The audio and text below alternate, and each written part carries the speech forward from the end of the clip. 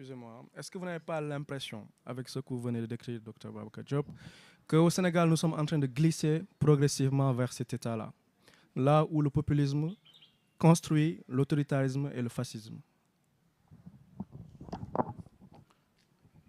Le Sénégal ne doit pas avoir le complexe de ces pays. Ce serait une erreur stratégique monumentale que l'on paiera douloureusement. Je suis formel.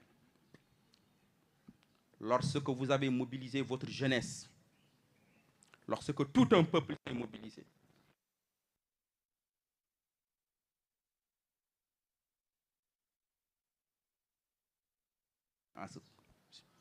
nous sommes une démocratie.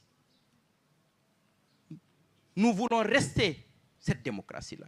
Le Sénégal n'est pas le Mali.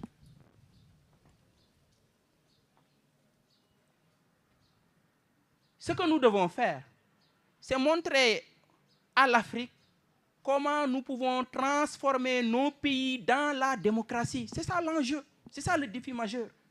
Comment transformer l'Afrique dans la démocratie. Comment le Sénégal a réussi à élire le plus jeune président de l'histoire de ce pays, le plus jeune président élu en Afrique. C'est ça le charme de notre pays. Dans la démocratie. Le Sénégal doit rester un modèle de démocratie. Et je n'ai pas peur.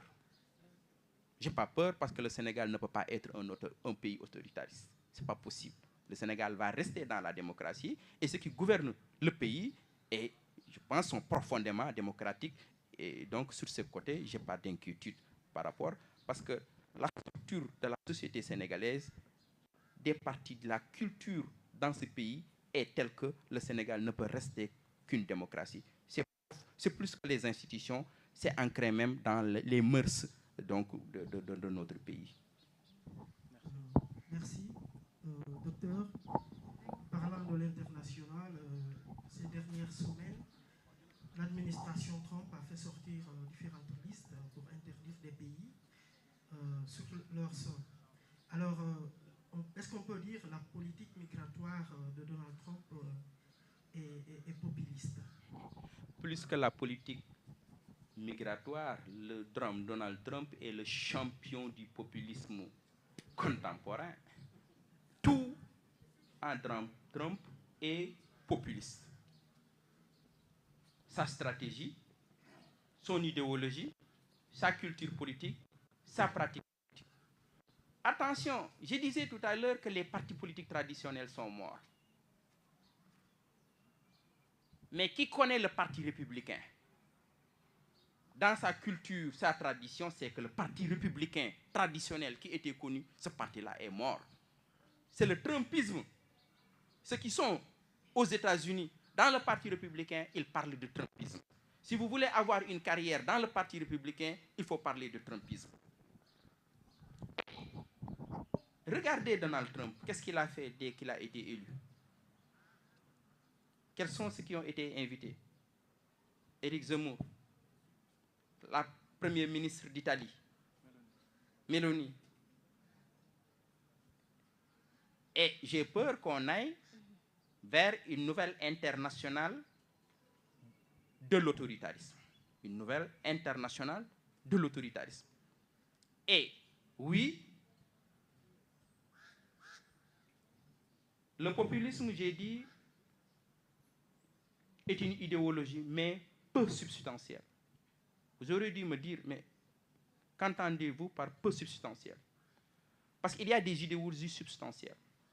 Lorsque vous parlez d'autoritarisme, c'est une idéologie substantielle, on sait de quoi parle-t-on. Lorsqu'on parle du marxisme, c'est une idéologie substantielle.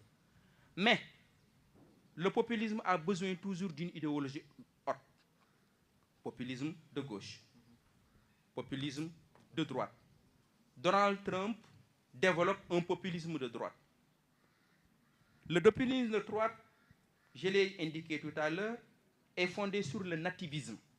Le nativisme, c'est une doctrine qui prend en compte ceux qui sont nés ici, ou bien ceux qui sont venus avant les autres, qui sont des autochtones, qui ont des intérêts, et aujourd'hui on a ouvert le pays et que les immigrés menacent même le travail même de ceux qui sont autochtones.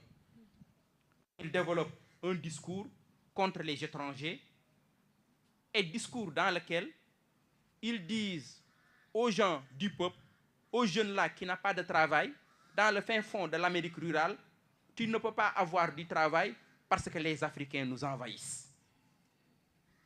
Et ce discours-là peut passer. Au Sénégal, il y a mon ami Tahirou Sarr, député à l'Assemblée nationale, qui développe un discours de populisme de droite, fondé sur le nativisme, qui risque d'être une stigmatisation de l'autre, l'autre comme étranger. Tahirou, c'est mon ami, mais c'est un phénomène que j'étudie comme ça par rapport. Donc, je suis d'accord avec vous, ce que vous avez dit sur Donald Trump et sa stratégie.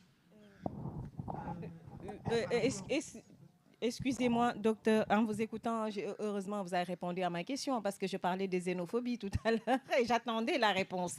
Parce que c'est vrai que quand on prend le cas de Tahirou Sarr,